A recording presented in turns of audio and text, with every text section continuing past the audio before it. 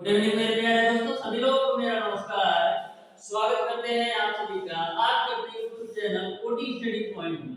तो प्यारे दोस्तों, आज की क्लास में हम लोग सॉल्व करेंगे साधारण एवं चक्रवृद्धि ब्याज के क्वेश्चन नंबर 25 से। इसके पहले ऑलरेडी मैंने क्वेश्चन नंबर 1 से लेकर के क्वेश्चन नंबर 24 तक का टोटल क्वेश्चन का सॉल्यूशन करवा दिया है दो वीडियो के माध्यम से। यदि वो वीडियो आपने नहीं देखा है तो जरूर देखिएगा, डिस्क्रिप्शन में आपको लिंक मिल जाएगा। तो स्टार्ट करते हैं आज की क्लास को। देखते हैं क्वेश्चन नंबर 25। जो आपका क्वेश्चन नंबर 25 है, अति महत्वपूर्ण क्वेश्चन है आईईआरटी इंट्रेंस एग्जाम के पर्सपेक्टिव।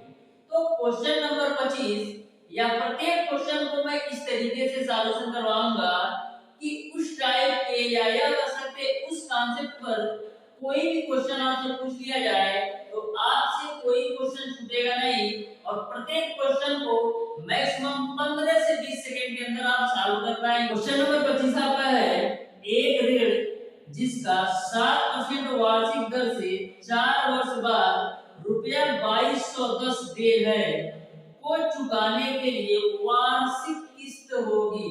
तो ध्यान से क्वेश्चन नंबर 25 को समझिएगा। आपको बोला गया है कि जो 4 वर्ष में टोटल पैसा चुकाया जाता है वो 2210 रुपया चुकाया जाता है। तो आपको बताना है कि प्रत्येक किस्त कितने रुपए दे होगी, यह आपको बताना है। तो सबसे पहले मान लेते हैं कि माना कि वार्षिक किस्त जो है वो आपका यक्स है। मैंने मान लिया कि वार्षिक किस्त जो है आपका वो आपका है यक्स।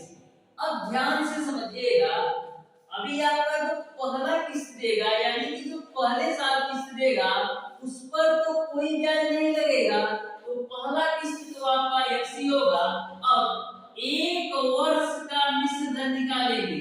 अब एक वर्ष का मिश्र धन इसलिए निकालेंगे क्योंकि जो आपका किस्त 100 रुपया है, जब एक वर्ष कंप्लीट हो जाएगा तो उस पर ब्याज के साथ आपको किस्त देना पड़ेगा। तो निकालेंगे एक वर्ष बाद एक वर्ष का मिश्र धन, एक वर्ष का मिश्र धन। एक वर्ष का मिश्र धन इसलिए निकाला जा रहा है क्योंकि जब यक्स किस्त को एक वर्ष कंप्लीट हो जाएगा तो इस यक्स राशि पर आपको ब्याज की भी राशि देनी पड़ेगी। तो मिश्र धन क्या होता है? मूलधन धन साधारण ब्याज। तो मूलधन तो आपने मान लिया है x प्लस साधारण ब्याज क्या होगा एक साल के लिए। तो मूलधन गुणे दर आपको 7% दे रखा है, समय आपका एक साल डिवाइडेड बाय 100। यहाँ तक पूरी बात क्लियर समझ में आ रही होगी। मैंने क्या बोला कि जब x राशि को एक वर्ष कंप्लीट हो जाएगा तो x राशि के साथ साथ इस पर आपको ब्याज भी देना पड़ेगा। तो यक्स का मैंने मिश्र धन निकाल लिया मूलधन प्लस का साधारण ब्याज से। इसको आप हल कर लीजिए तो यक्स मिलेगा। यहाँ पर आपको क्या मिलेगा? 7 एकम 7 यक्स बटे 100। इसको आप हल करेंगे तो क्या होगा?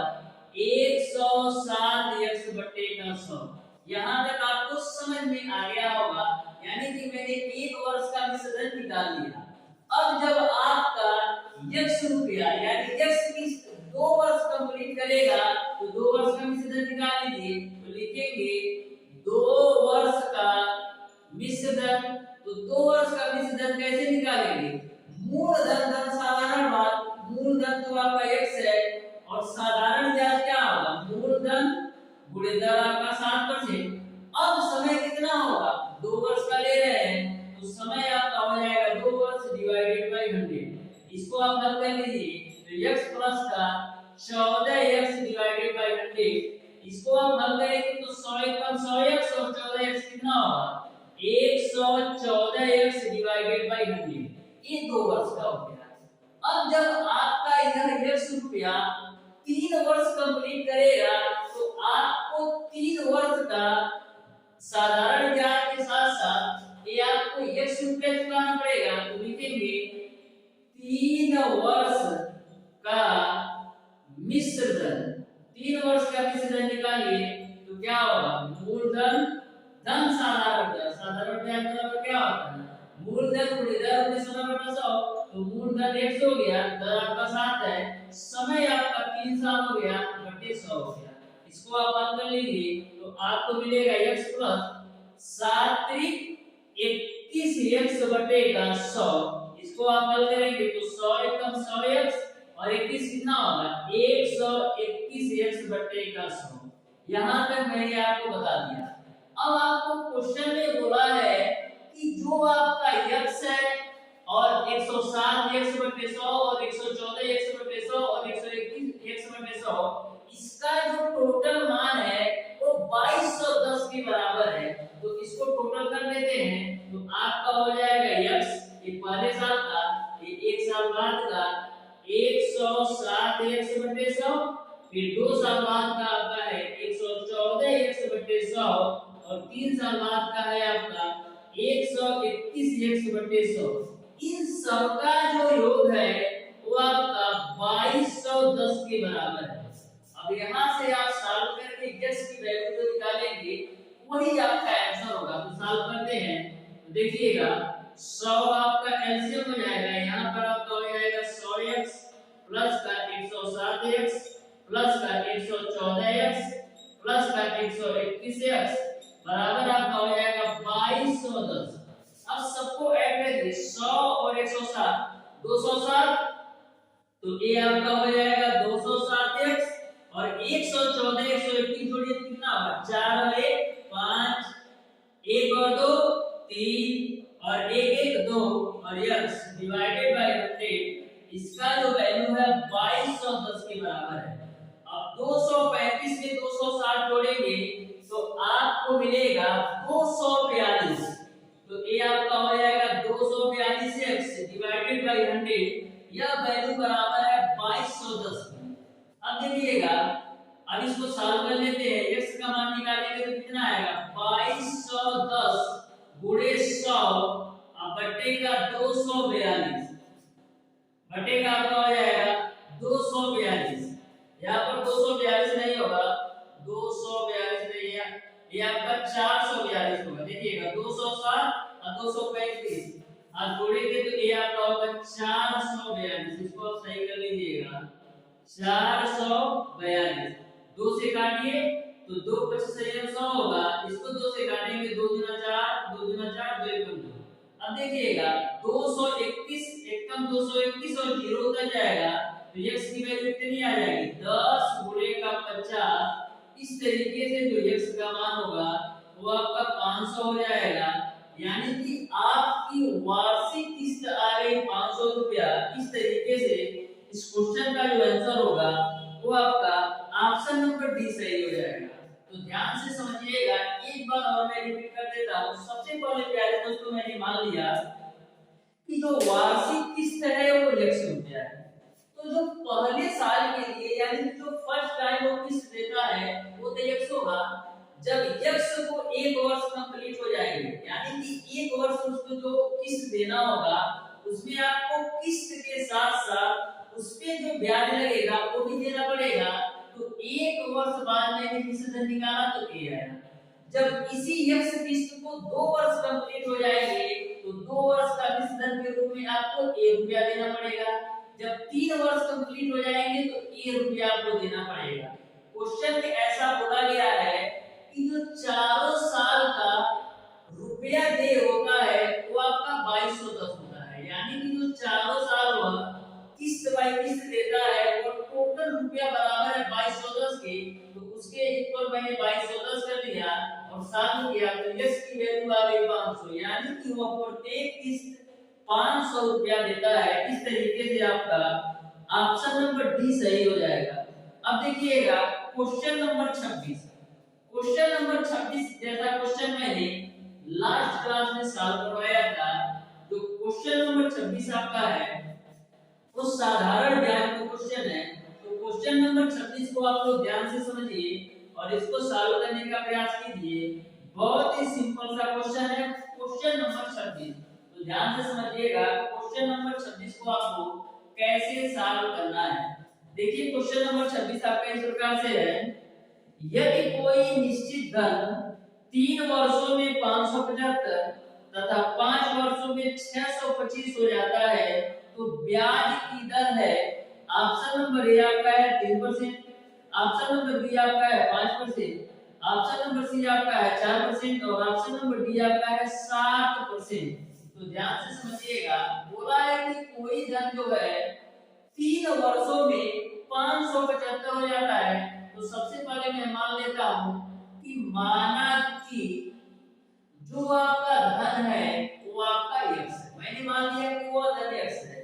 बोला है 3 वर्षों में 575 हो जाता है, तो 3 वर्षों का मिश्र धन, 3 वर्षों का जो मिश्र धन आपको दे रखा है वो आपको दे रखा है 575 और 5 वर्षों का जो मिश्र धन दे रखा है वो आपको दे रखा है 625। आपको बताना है कि किस दर से यह 3 वर्षों में 575 हो रहा है और 5 वर्षों में 625 हो रहा है। तो मैंने क्या आपको बताया था कि जो आपका साधारण ब्याज होता है वो प्रत्येक वर्ष समान होता है। यदि पहले वर्ष का साधारण ब्याज 100 रुपया है तो दूसरे वर्ष का भी साधारण ब्याज 100 ही रुपया होगा और तीसरे वर्ष का भी साधारण ब्याज 100 ही रुपया होगा, क्योंकि जो आपका साधारण ब्याज होता है वो केवल और केवल मूलधन पर लगता है। तो यहाँ पर आप देख रहे हैं कि जो ए वैल्यू है यह 50 रुपया ज्यादा है, 575 से 625 50 रुपया ज्यादा है। 50 रुपया ज्यादा इसलिए है क्योंकि इसमें आपका 2 वर्ष का साधारण ब्याज जुड़ा हुआ है, यानी कि हम कह सकते हैं कि 2 वर्ष का साधारण ब्याज आपका 50 रुपया होगा। क्यों? क्योंकि यह जो वैल्यू है इस वाली वैल्यू से 50 रुपया ज्यादा है। 50 रुपया ज्यादा इसलिए है क्योंकि इसमें 2 वर्ष का साधारण ब्याज जुड़ा हुआ है। तो यहाँ से आपको पता चल गया कि 2 वर्ष का साधारण ब्याज 50 रुपया है। तो 1 वर्ष का साधारण ब्याज क्या होगा?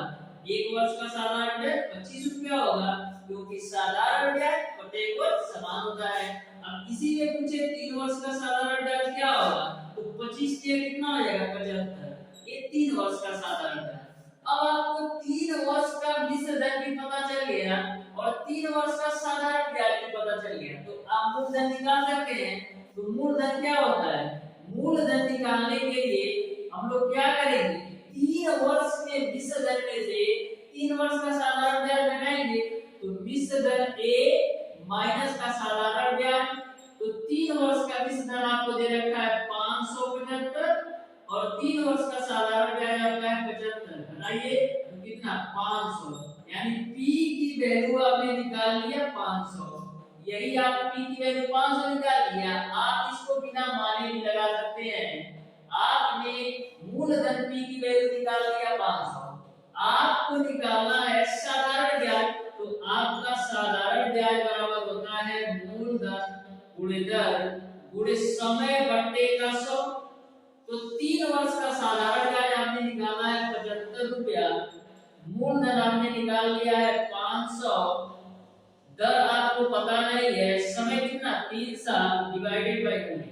अब 2 जीरो से आपका 2 जीरो कैंसिल, तो मिलेगा आपको 75 बराबर 5 दिया 15 आर, 15 से काटेंगे तो 5 बार में जाएगा, तो आर की वैल्यू कितना निकल गया 5%। इस तरीके से इस क्वेश्चन का जो आंसर होगा वो आपका ऑप्शन नंबर बी सही हो जाएगा। उम्मीद करते हैं प्यारे दोस्तों ये क्वेश्चन समझ में आया होगा। बहुत ही सिंपल सा क्वेश्चन है क्योंकि साधारण ब्याज का क्वेश्चन है। क्वेश्चन नंबर 27 आपका है, किसी व्यक्ति ने स्टेट बैंक में लगातार 3 वर्ष का 9% साधारण ब्याज पर प्रत्येक वर्ष के आरंभ में एक निश्चित धनराशि जमा की।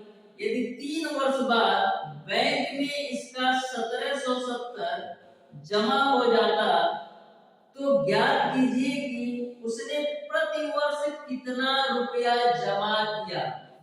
क्वेश्चन का मतलब ये है कि कोई एक व्यक्ति है जो कि 3 वर्ष तक 9% साधारण ब्याज पर प्रत्येक वर्ष के आरंभ में एक निश्चित राशि जमा करता है, जो कि 3 वर्ष पश्चात उसका 1770 जमा हो जाता है। तो आपको बताना है कि वह प्रत्येक वर्ष कितनी राशि जमा करता था, तो सबसे पहले मान लेते हैं कि जो वह प्रत्येक वर्ष जमा करता था वो राशि उसका यक्स था। अब देखिएगा ध्यान से क्वेश्चन को, सबसे पहले यह आपका साधारण ब्याज का क्वेश्चन है। तो मैंने मान लिया कि जो वह प्रत्येक वर्ष धन जमा करता था वो आपका यक्स रुपया जमा करता था। अब यक्स का सबसे पहले आपको 1 साल का मिश्रण निकालना पड़ेगा, फिर यक्स का 2 साल का मिश्रण निकालना पड़ेगा, फिर यक्स का 3 साल का मिश्रण निकालना पड़ेगा। फिर आपको 1 साल का मिश्रण, 2 साल का मिश्रण और 3 साल का मिश्रण, टोटल का जो योग दे रखा है वो आपको दे रखा है 1770। जब उसके इक्वल करेंगे तो यक्स की वैल्यू आएगी। तो सबसे पहले निकालेंगे यक्स का। मैंने मान लिया कि वो प्रत्येक वर्ष 100 रुपया जमा करता है, तो सबसे पहले निकाल लेते हैं यक्स का एक वर्ष का मिश्रण। एक वर्ष का मिश्रण निकालिए तो एक वर्ष का मिश्रण क्या होगा, मूलधन धन साधारण ब्याज। तो मूलधन तो आपने माना है यक्स प्लस का साधारण ब्याज निकालिए 1 साल का, तो मूलधन गुणे दर आपको पता नहीं है, दर यहाँ पर दिया है 9%, सॉरी, तो यहाँ पर मूलधन गुणे दर और समय आपका 1 साल डिवाइडेड बाय 100। इसको आप हल करेंगे तो कितना आएगा, x प्लस का 9x बटे 100। इसको आप सॉल्व कर लीजिए तो 100x और 9x तो हो जाएगा आपका 109x बटे का 100। यह आपका एक वर्ष का मिश्रण आ गया। अब इसी x धन का 2 वर्ष का मिश्रण निकालिए तो लिखेंगे x का 2 वर्ष का मिश्रण। 2 वर्ष का मिश्रण निकालिए तो आपका मूलधन तो है x प्लस का साधारण ब्याज क्या होगा, मूलधन गुणे दर समय है कितना 2 साल डिवाइडेड बाय 100। इसको आप हल कीजिए तो कितना होगा आपका x प्लस का 18x डिवाइडेड बाय 100। तो ये आपका 100x और 18x कितना होगा, 118x डिवाइडेड बाय 100। ये आपका 2 वर्ष का मिश्रण आ गया है। आपको निकालना है 3 वर्ष तक, तो निकाल लेते हैं x का 3 वर्ष का मिश्रण। तो आपका हो जाएगा मूलधन x प्लस साधारण ब्याज, तो मूलधन गुणे दर गुणे समय आपका 3 साल डिवाइडेड बाय 100। तो इसको आप सॉल्व करेंगे तो क्या मिलेगा, x प्लस का 9 3 27x डिवाइडेड बाय 100। इसको आप 100x और 27x 127x डिवाइडेड बाय 100। मैंने क्या किया, मान लिया कि वो धन x था कि जो प्रत्येक साल वो जमा कर रहा है वो धन x था, तो x का 1 साल का मिश्रण निकाला तो a आया, 2 साल का मिश्रण निकाला तो a आया और 3 साल का मिश्रण निकाला तो a आया। अब इन तीनों का जो योग है वो आपका 1770 के बराबर दे रखा है, तो कर देते हैं तो 109x बटे का 100 प्लस का 118x बटे का 100 प्लस का 127x बटे का 100, इसका जो योग है 1770 के बराबर है। अब सॉल्व कर लीजिए तो एलसीएम आपका आ जाएगा 100 और इन तीनों को आपस में जोड़ लीजिए तो आपका हो जाएगा 109x प्लस का 118x प्लस का 127x, इसकी वैल्यू 1770 के बराबर है। अब इन तीनों को आपस में जोड़िए, 109 और 118 जोड़ेंगे कितना होगा, 109 और 118 जोड़ेंगे तो 227।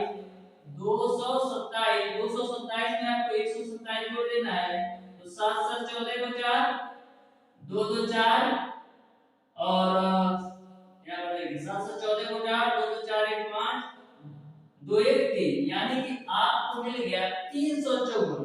तो यहाँ से आपको मिल जाएगा 354 x बटे का 100 बराबर आपको मिलेगा 1770।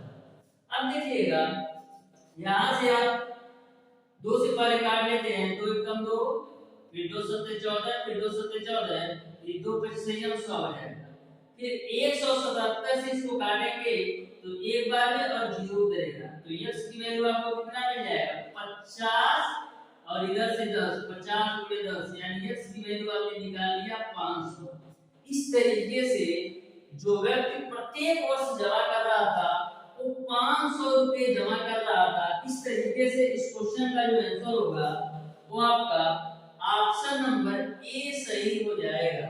उम्मीद करते हैं प्यारे दोस्तों यह भी क्वेश्चन आपको बिल्कुल अच्छी तरीके से समझ में आया होगा। अब देखिएगा क्वेश्चन नंबर 28। क्वेश्चन नंबर 28 और क्वेश्चन नंबर 29 दोनों एक समान क्वेश्चन है, यानी कि दोनों ही क्वेश्चन एक ही कॉन्सेप्ट पर है। तो क्वेश्चन नंबर 28 को ध्यान से समझिए और इसको सॉल्व करने का प्रयास कीजिए। क्वेश्चन नंबर 28 क्वेश्चन नंबर 28 और क्वेश्चन नंबर 29 दोनों चक्रवृद्धि ब्याज पर क्वेश्चन है। तो ध्यान से क्वेश्चन नंबर 28 को पढ़िए और सॉल्व करने का प्रयास कीजिए। तो क्वेश्चन नंबर 28 को ध्यान से समझिएगा। क्वेश्चन नंबर 28 आपका है, यदि कोई धन 2 वर्ष में चक्रवृद्धि ब्याज से रुपया 1452 तथा 3 वर्ष में रुपया 1597.20 हो जाता है तो ब्याज की वार्षिक दर क्या है? 4 ऑप्शन आपको दे रखा है, तो ध्यान से समझिएगा। बोला है कि कोई धन आपका है कि जो कि 2 वर्ष में आपका 1452 हो जाता है और 3 वर्ष में 1597.20 हो जाता है, तो आपको ब्याज की दर बताना है। ठीक है, ध्यान से क्वेश्चन को समझिएगा। मान लीजिए कि वह धन आपका x था जो कि 2 वर्ष में कितना हो जाता है? 1492। 2 वर्ष में आपका 1452 हो जाता है।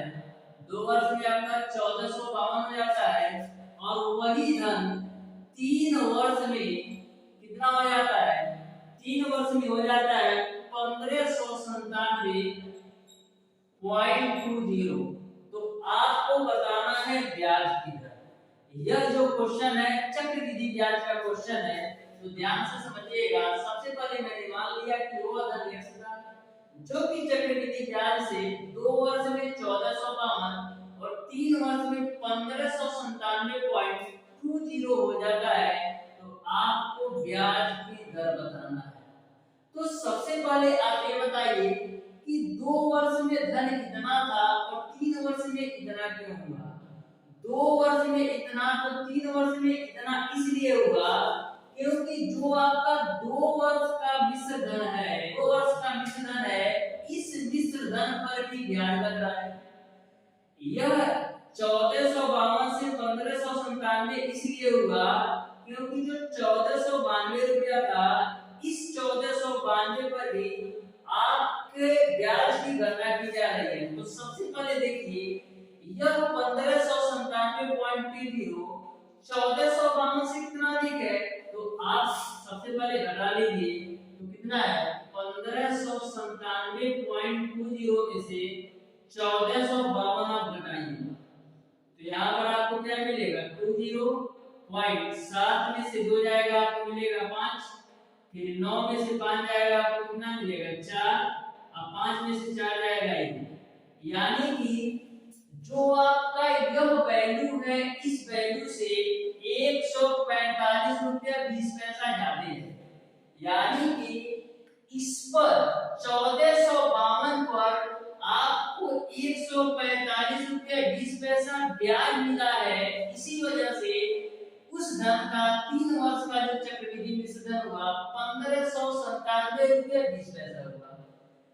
यह इसलिए हुआ क्योंकि जो 1452 रुपया आपका था उस पर आपको 145 रुपया 20 पैसा ब्याज मिला है। इसीलिए आपका 3 वर्ष का जो चक्रवृद्धि मिश्र धन है वो 1597 रुपया 20 पैसा हुआ।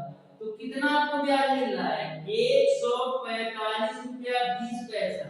किस पर? 1452 पर। ये बात आपको समझ में आएगी।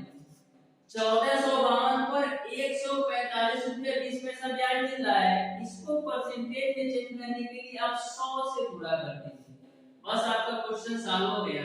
अब देखिएगा 2 अंक पे दशमलव है तो 100 से गुणा करेंगे तो ये दशमलव आ जाएगा, तो आपको मिलेगा 145.20 और नीचे आपको मिलेगा 1452। तो मैंने क्या किया, 2 अंक पे दशमलव था, 100 से गुणा किया तो दशमलव हट गया। अब देखिएगा 1452 ऊपर भी है, 1452 नीचे, तो एक बार में कटेगा, तो ये आपको मिलेगा 1 और 0, यानी कि जो r की वैल्यू आपने निकाल लिया 10%। इस तरीके से इस क्वेश्चन का जो आंसर होगा वो आपका ऑप्शन नंबर डी सही हो जाएगा। तो कभी भी आपको ऐसा क्वेश्चन पूछा जाए कि किसी धन का 2 वर्ष का मिश्रधन इतना है, 3 वर्ष का मिश्रधन इतना है, तो सबसे पहले आपको यही टिक बनाना है कि मेरा 2 वर्ष का इतना है और 3 वर्ष का इतना क्यों हो जा रहा है, यानी कि ये जो वैल्यू दी गई है इस पर ब्याज लगा होगा। तो मैंने निकाल लिया ब्याज, और मेरा 145 रुपया 20 पैसा ब्याज मिला है किस पर, 1452 पर। परसेंटेज में चेंज करने के लिए 100 से गुणा कर दिया, उसको सॉल्व किया तो मेरा आया 10%। यही आपका आंसर हो जाएगा। अब देखिएगा क्वेश्चन नंबर 29। क्वेश्चन नंबर 29 को मैं आपको हिंट दे दे रहा हूं कि आपको कैसे सॉल्व करना है। इस क्वेश्चन का आंसर आप लोग कमेंट बॉक्स में कमेंट करके बताइएगा। देखिए क्वेश्चन क्या है, बोला है एक धन चक्रवृद्धि ब्याज की दर से 2 वर्ष में 9680 तथा 3 वर्ष में 10,648 हो जाता है। यदि ब्याज दर प्रतिवार्षिक हो तो वह धन तथा ब्याज की दर क्रमशः होगी। यानी कि क्वेश्चन नंबर 29 में आपको मूलधन P की वैल्यू निकालना है और दर R की वैल्यू निकालना है। तो दर R की वैल्यू तो आप ऐसे निकाल सकते हैं जैसे मैंने आपको क्वेश्चन नंबर 28 बताया, same to same question number 29 को सॉल्व करके आप दर की वैल्यू निकाल सकते हैं। जो आपका क्वेश्चन नंबर 29 है, ए भी 2 वर्ष का मिश्रधन दे रखा है और 3 वर्ष का भी मिश्रधन दे रखा है, तो आप तो दर निकाल सकते हैं क्वेश्चन नंबर 28 की तरफ। अब बात करते हैं मूलधन कैसे निकलेगा। तो मूलधन निकालने के लिए क्या करेंगे, a बराबर p 1 plus r upon 100 to power n का फार्मूला लगाना है। अब देखिए फार्मूला कैसे लगाना है। क्वेश्चन नंबर 29 में आपका a की वैल्यू आपको रख देना है 10,648 या 9,680, दोनों में से कोई रखिए। यदि आप 9,680 रखेंगे तो n की वैल्यू आपको 2 साल, क्योंकि 2 साल का जो मिश्रण है 9,680, तो 9,680 यदि आप मिश्रण की जगह रखते हैं तो समय 2 साल लेना है। और यदि आप 10,648 देते हैं मिश्रण की जगह पर तो आपको समय 3 वर्ष लेना है। तो यहाँ पर आप मिश्रण की वैल्यू रख दीजिएगा, यहाँ समय की वैल्यू रख दीजिएगा, और जैसे मैंने आपको क्वेश्चन नंबर 28 बताया है इसी तरीके से सॉल्व करके जो r की वैल्यू आप निकाले रहेंगे वहां पर आप r की वैल्यू रख दीजिएगा और उसको आप सॉल्व कीजिएगा तो आपको p की वैल्यू पता चल जाएगा। इस तरीके से आप लोग क्वेश्चन नंबर 29 सॉल्व करके इसका आंसर कमेंट बॉक्स में बताइएगा। अब देखिएगा क्वेश्चन नंबर 30। क्वेश्चन नंबर 30 को आप लोग ध्यान से पढ़िए। ए आपका चक्रवृद्धि ब्याज का क्वेश्चन है, तो ध्यान से क्वेश्चन नंबर 30 को समझने का प्रयास कीजिए और इसको सॉल्व करने का प्रयास कीजिए। क्वेश्चन नंबर 30, क्वेश्चन नंबर 30 आपका है एक कारखाने में रुपया 27,400 मूल्य की मशीन लगी हुई है।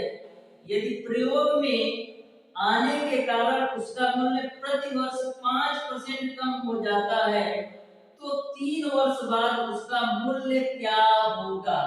यहाँ पर ऐसा बोला गया है कि कोई आपका एक कारखाने में मशीन लगी हुई है जिसका प्रयोग में आने के कारण जो उसका वैल्यू है, जो उसका मूल्य है, प्रति वर्ष 5% की दर से कम हो जाती है। तो आपको बताना है कि 3 वर्ष बाद उस मशीन का मूल्य कितना हो जाएगा। तो ध्यान से इस क्वेश्चन को समझिएगा। यहाँ पर इस क्वेश्चन में जो P की वैल्यू दे रखा है वो आपको दे रखा है 27,400 और R की वैल्यू आपको दे रखा है 5% और आपको समय का मान दे रखा है 3 वर्ष। आपको बताना है कि इस मशीन की वैल्यू 3 वर्ष बाद क्या हो जाएगी। यदि इस मशीन की कीमत 5% प्रति वर्ष कम होती है तो आपको लगाना है A बराबर P 1 - R/100 to power n। यहाँ पर माइनस मैं इसलिए यूज कर रहा हूँ क्योंकि जो मशीन की कीमत है वह 5% प्रतिवर्ष घट रही है। यानी कि कभी भी चाहे जनसंख्या घट रही हो, चाहे कोई मशीन की कीमत घट रही हो या कोई पैसा ही घट रहा हो, तो घटने के कंडीशन में या कमी होने के कंडीशन में आपको माइनस लगाना है। लेकिन जब किसी चीज की जनसंख्या जैसे बढ़ रही हो या किसी मशीन की कीमत बढ़ रही हो या कोई धन ही बढ़ रहा हो, तो बढ़ने के कंडीशन में प्लस लगाना है और यदि घटने का कंडीशन है तो वहां पर माइनस लगाना है। यहाँ पर बोला है कि 5% कम हो जाता है, यानी कि आपको माइनस यूज करना है। तो a बराबर p की वैल्यू आपका है 27,400, 1 माइनस r की वैल्यू है 5 डिवाइडेड बाय 100, n की वैल्यू है 3। तो इसको आप सॉल्व कर लीजिए। तो 27,400 5 से काटेंगे तो 20 बार में 20 से कम 20 और 20 में से क्या है कितना होगा 19 बटे 20 पे पावर 3। इसको आप हल कर लीजिए तो 27,400 गुणे 19 बटा 20 गुणे 19 बटा 20 गुणे 19 बटा 20। अब देखिएगा 1 0 2 0 3 0 सॉरी 2 0 1 0 कटेगा तो यहाँ से हम 2 0 ही काटते हैं। 2 0 से आपका 2 0 कैंसिल, फिर 2 से काटिए तो आपका 2 1 कम 2 2 3 6 2 7 14 और कुछ कटेगा नहीं तो आपको मिलेगा 137 गुणे 19 गुणे 19 गुणे 19 और नीचे क्या मिलेगा आपको 20 गुणे 2 40 मिल जाएगा। इसको आप सॉल्व करेंगे तो आपको मिल जाएगा 23 49 2.0। इसको आप सॉल्व करेंगे तो यदि वैल्यू आपको मिलेगा 23,492.08। इस तरीके से आपका ऑप्शन नंबर ए सही हो जाएगा। अब देखिएगा नेक्स्ट क्वेश्चन, क्वेश्चन नंबर 31। तो क्वेश्चन नंबर 31 को आप लोग ध्यान से समझिए। बोला है एक टेलीविजन का नगद मूल्य ₹7500 है। यह ₹4000 नगद तथा ₹900 की 4 मासिक किस्तों में भुगतान करके भी प्राप्त किया जा सकता है। साधारण ब्याज की दर है। तो ध्यान से इस क्वेश्चन को समझिएगा। कोई एक टेलीविजन है जिसका नगद मूल्य कितना है 7500, लेकिन क्या होता है कोई एक व्यक्ति है जो 4000 रुपया नगद देता है और 900 रुपए की 4 मासिक किस्त देता है तो उस टीवी को लेता है। तो आपको बताना है कि ब्याज की दर क्या है। तो सबसे पहले टीवी का नगद मूल्य क्या है, नगद मूल्य टीवी का जो नगद मूल्य है वो आपका है 7500। अब किस्तों में भुगतान कर रहा है तो देखिए कितना लेना पड़ रहा है। तो किस्तों में भुगतान करने पर किस्तों टीवी का किस्तों में भुगतान टीवी का किस्तों में भुगतान तो सबसे पहले वो 4000 रुपया देता है नगद और 900 रुपए की 4 मासिक किस्त देता है। मैंने क्या बोला कि जो टीवी का नगद मूल्य है 7500 देता है, लेकिन कोई व्यक्ति है जो कि 4000 नगद रुपया देता है और 900 रुपए की 4 मासिक किस्त देता है टीवी को खरीदने के लिए। तो देखिएगा टीवी का किस्तों में कितना भुगतान हो रहा है। तो 4000 ये हो जा रहा है और 9 तो 3600 ये हो जा रहा है, यानी कितना 4000 और 3600 कितना हो जाए 7600। लेकिन नगद मूल्य तो 7500 है लेकिन किस्तों में पड़ रहा है कितना 7600, यानी 100 रुपया ब्याज लग रहा है किस्त की वजह से। तो यहाँ से आपको ब्याज मिल जाएगा कितना 100 रुपया।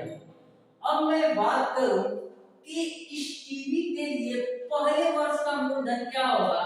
तो प्रथम वर्ष के लिए मूलधन निकालिए। प्रथम वर्ष के लिए मूलधन, प्रथम वर्ष के लिए मूलधन क्या होगा।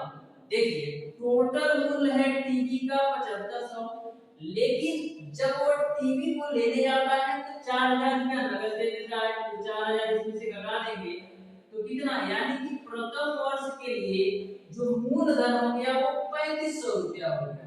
क्योंकि 7500 की टीवी है, 4000 रुपया तो दे ही देता है, यानी कि जो प्रथम वर्ष का मूलधन हो गया वो 3500। एक वर्ष नहीं है, महीना है, प्रथम महीने के लिए कर लीजिए। अब बात करते हैं दूसरे महीने के लिए। दूसरे महीने के लिए मूलधन क्या होगा? दूसरे महीने से वो क्या करता है, 900 रुपए की मासिक किस्त मान लेता है। तो 3500 रुपया था उसका, अब 900 रुपया इसमें दूसरे महीने में दे दिया तो कितना बचेगा? 900 रुपया दे देगा तो ये आपका बचेगा 2600 रुपया। यह दूसरे महीने का मूलधन। अब बात करते हैं तीसरे महीने का मूलधन क्या होगा? तीसरे महीने का मूलधन, तीसरे महीने का मूलधन क्या है? तो 2600 में से 900 रुपया तीसरे महीने में दे देता है तो आपको मिलेगा 1700। अब बात करते हैं चौथे महीने का मूलधन क्या होगा? चौथे महीने का मूलधन क्या होगा? तो 1700 में से 900 रुपया चौथे महीने में दे दिया तो मिलेगा आपको 800। यहाँ तक आपको समझ में आया होगा। पहले महीने का जो मूलधन है वो 3500 और दूसरे महीने का जो मूलधन है वो आपका है 2600 और तीसरे महीने का जो मूलधन है वो आपका 1700 और जो चौथे महीने का मूलधन है वो आपका 800 रुपया है। अब आप देख लीजिए टोटल मूलधन कितना हो जा रहा है? टोटल मूलधन कितना हो जा रहा है? 3500 धन 2600 धन 1700 और धन 800। तो डबल जीरो सब में है तो यहाँ पर डबल जीरो हो जाएगा। 8 7 15 5 20 21 और 5 26 को 6 80 बचे 2 2 1 3 2 5 3 8, यानी कि जो टोटल मूलधन उसका आ रहा है वो तो आ रहा है 8600 रुपया। अब आपको दर निकालना है तो आपको पता है साधारण ब्याज बराबर मूलधन गुणे दर गुणे समय बटा 100 होता है। तो साधारण ब्याज आपने निकाला है कितना? 100 रुपया। अब मूलधन आपने निकाल लिया 8600 रुपया, दर आपने निकाल लिया, दर आपको पता नहीं है। समय कितना है? समय कितना है? समय आपका मंथली चल रहा है, यानी कि समय आपको जैसे कि मंथली एक महीने में, एक साल में 12 महीना होता है तो मंथली के लिए आपको 1/12 लेना पड़ेगा। तो यहाँ से आपका हो जाएगा 1/12 बटे का आपका हो जाएगा 100। तो मूलधन गुणे दर गुणे समय आपका 1/12 बटे 100 हो गया। फिर डबल जीरो से आपका डबल जीरो कैंसिल, तो 8 गुणे क्या आ जाएगा? 12 गुणे 100 बटे का 86। 2 से काटिए, 2 6 का 12, 2 चौका 2 3 6, तो आपको मिलेगा 6 गुणे 100 करेंगे तो 600 बटे का 43। इसको आप सॉल्व करेंगे तो 13.95 आएगा, जिसको आप 40% भाग सकते हैं। इस तरीके से इस क्वेश्चन का जो आंसर होगा वो आपका ऑप्शन नंबर डी सही हो जाएगा। उम्मीद करते हैं प्यारे दोस्तों जितने भी क्वेश्चन मैंने सॉल्व करवाए टोटल क्वेश्चन आपको समझ में आया होगा। फिर भी यदि आपको किसी भी क्वेश्चन में कोई भी डाउट या कोई भी कंफ्यूजन हो तो आप उसे कमेंट बॉक्स में कमेंट करके जरूर बताइएगा। मैं उसको डाउट सेशन में उस क्वेश्चन को दोबारा से सॉल्व करवा दूंगा। यदि वीडियो अच्छा लगा हो तो वीडियो को लाइक और चैनल को सब्सक्राइब जरूर कीजिएगा। धन्यवाद।